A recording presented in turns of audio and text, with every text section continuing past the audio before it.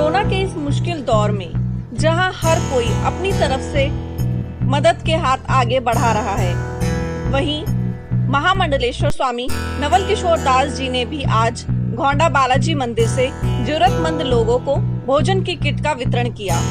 महाराज जी के द्वारा लगातार कोरोना काल में इस तरह की सेवाएं दी जा रही हैं। इस कार्यक्रम में इंस्पेक्टर प्रशांत कुमार नेमा, इंस्पेक्टर वीरेंद्र पुंज, समाज सेवी नीरज गुप्ता और समाज के कुछ गणमान्य जन भी उपस्थित रहे। ये हमारे देश का दुर्भाग्य जरूर है कि कोरोना जैसी महामारी ने अपने पूरे देश में कहर बरपाया, लेकिन इस देश का सौभाग्य है कि जब भी इस देश पर विपत्ति आई तो मदद के हाथ उस विपत्ति से ज्यादा देखने को मिले। और इसी एक लंबी श्रृंखला में आज मैं पहुंचा हूं गोंडा में हनुमान मंदिर, और मेरे साथ हैं प्रख्यात महाराज श्री नवल किशोर दास जी, जिन्होंने चाहे वो पिछला कोरोना काल है चाहे ये वाला, और इसमें लगातार सेवा देते रहे। एक बार बात करेंगे कि किस तरीके से सेवाएं रही और आज दोबारा से सूखा राशन अपने क्षेत्र में वितरित किया। गुरु जी देखिए बंधु, इस समय इसमें पूरा विश्व और पूरी मानव जाति कोरोना नाम के भयंकर रोग से त्रसित है। हम सब भारतवासी और विशेषकर सनातन धर्म को मानने वाले सभी सनातनी कड़ में शंकर दर्शन करने वाले जीव मात्मा में परमात्मा का दर्शन करते हैं। हमारे यहाँ गरीब को गरीब नहीं, दरिद्र नारायण कहा जाता है। विगत 1 वर्ष से कई परिवार ऐसे जो सामान्य से कोई काम करते हैं, कोई नौकरी करते हैं, किराए पे रहते हैं, ऐसे लोग काफ़ी परेशान हैं। तो ऐसे समय में जो सामर्थ्यशाली लोग हैं, परमात्मा ने जिनको कुछ सेवा करने का अवसर प्रदान किया है, ऐसे लोगों के माध्यम से हम सब समाज का सतत सेवा करने का व्रत लेते हैं। आज हमारे एक नीरज गुप्ता जी हैं, उनके सहयोग से और कुछ भक्तों के सहयोग के माध्यम से दिल्ली संत महामंडल और हमारे हनुमान मंदिर के माध्यम से आज लोगों को, अभावग्रस्त लोगों को, इसमें आटा, दाल, चावल, चीनी, मसाले, तेल वगैरह ये सब दिया गया है।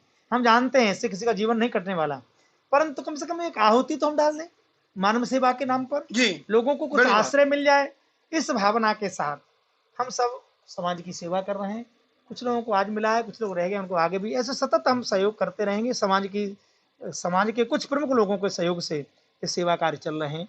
हम लोगों का जीवन ही सेवा कार्य के लिए है। सिया राम मैं सब जगह जानी, करो प्रणाम जोर जुग पानी। बस मैं तो परमात्मा से प्रार्थना करूंगा कि कोरोना नाम की जो भयंकर रोग है ये अति शीघ्र समाप्त हो जाए। आपके माध्यम से, सुदर्शन के माध्यम से मैं निवेदन करूंगा कि लोग मास्क लगाएं, दूरी रखें, आवश्यक हो तो घर से निकलें और परमात्मा से प्रार्थना करें, अर्जी हमारी मर्जी उसकी, ये भयंकर रोग समाप्त हो जाए। सभी लोग वैक्सीन जरूर लगवाएं हर परिस्थिति में, और सावधान रहें। जीवन रहेगा तो बाकी सब कार्य होते रहेंगे, जीवन ही नहीं रहेगा। क्योंकि पहली बार देखने को मिला जहां मनुष्य से डर रहा है। एक पिता अपने पुत्र की मृतक शरीर को छूना नहीं चाहता, एक पत्नी अपने पति को देखना नहीं चाह रही, यदि उसकी मृत्यु हो गई तो। ऐसा भयंकर स्थिति जहां आई है, ऐसे परमात्मा सबकी रक्षा करे और हम सब लोग जिस लायक हैं सतत सेवा का आभार करते रहे, ऐसा मैं भावना व्यक्त करता हूं और परमात्मा से पुनः प्रार्थना करता हूं कि कोरोना नाम का भयंकर रोग है, इससे मुक्ति मिले। आज मुझे पता चला था कि महाराज जी जो है कई गरीब परिवारों को ड्राई राशन, जो सूखा राशन है, वो बांटने वाले हैं। तो जैसे ही मुझे पता चला तो इस नेक काम में शामिल होने के लिए मैं भी यहाँ पे आया हुआ हूँ। और महाराज जी बहुत नेक काम करते रहते हैं, बहुत सज्जन पुरुष हैं, और ऐसे संतों की समाज को बहुत सख्त ज़रूरत है, जो ऐसे विपत्ति के काल में, जब महामारी का दौर चल रहा है और लॉकडाउन चल रहा है, जो गरीबों की मदद कर सकें। तो हमारे जो संगठन हैं, ऐसे संगठन, यदि मंदिर हैं, गुरुद्वारे हैं, और भी संगठन गरीबों की मदद करेंगे तो मुझे नहीं लगता कि ये देश इस महामारी से लड़ने में असफल होगा। और जैसे कि सर, संगठनों के साथ दिल्ली पुलिस ने मिलकर जो पिछले कोरोना काल और इस कोरोना काल में कल दिखाया कि जो नाम दिल्ली पुलिस का दिल की पुलिस से प्रख्यात हुआ, इसकी जरूरत इस कोरोना काल में जरूर पड़ी। लेकिन जो कर दिखाया, ये एक लंबे समय में दिल्ली पुलिस ने समाज में अपनी पहचान नहीं बनाई थी। क्या कहेंगे कि एक अच्छाई है इस कोरोना काल की? ये दिल्ली पुलिस की बहुत बड़ी उपलब्धि है कि इस कोरोना काल में वो पिछले साल भी इतने काम किए हैं समाज के लिए कि इसकी वजह से लोगों ने इसको नाम दिया दिल्ली पुलिस, दिल की पुलिस।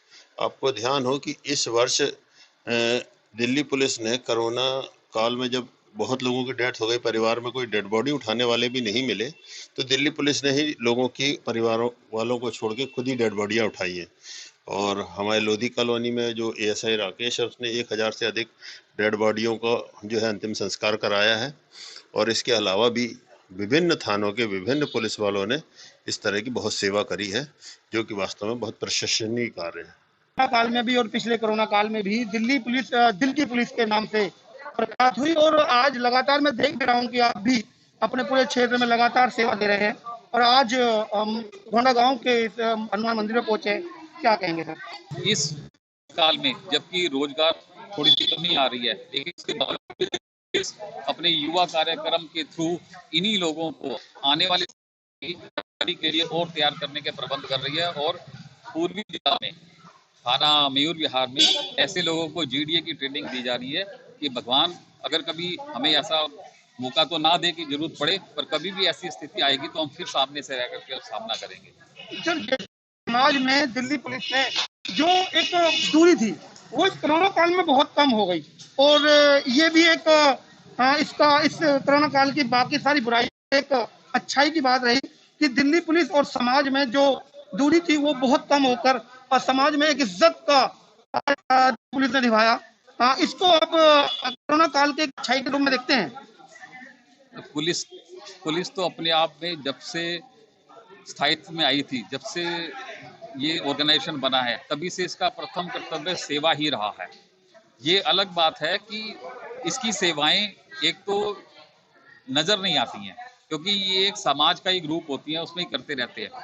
लेकिन जब आप कोई विशेष परिस्थितियों में, जब कोई आपका साथ नहीं दे रहा होता या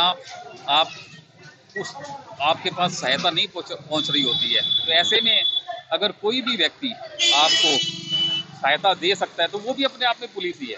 ठीक है, हमने वर्दी पहनी हुई है, हम दिल्ली पुलिस के परिषद है, लेकिन आपने तो वर्दी नहीं पहनी, अब बिना वर्दी के पुलिस की है। तो ऐसा एक सहयोग हमारा कोऑर्डिनेशन बना है पब्लिक और पुलिस का कि दो दिल मिल करके हमने अपने समाज में उत्थान के लिए हर संभव कार्य किया है और उसमें हमें सफलता मिली है और आगे भी मिलेगी। अच्छा, जैसे कि इन कोरोना योद्धाओं का नाम दिया गया और दिल्ली सरकार कहीं ना कहीं एक दुर्हात अपना रही है, और जो एक वादा किया कि जो इसमें शहीद होंगे उनको 1 करोड़ रुपए की राशि दी जाएगी, और उसके लिए जो अमित राणा है या ललित तोमर है, उनकी पत्नियां दर बदर की ठोकरियां खा रही हैं। लगातार हम दिखा रहे हैं कि अटल सत्याग्रह भी इसके लिए एसीपी वेदभूषण, रिटायर्ड एसीपी वेदभूषण जी ने रखा है।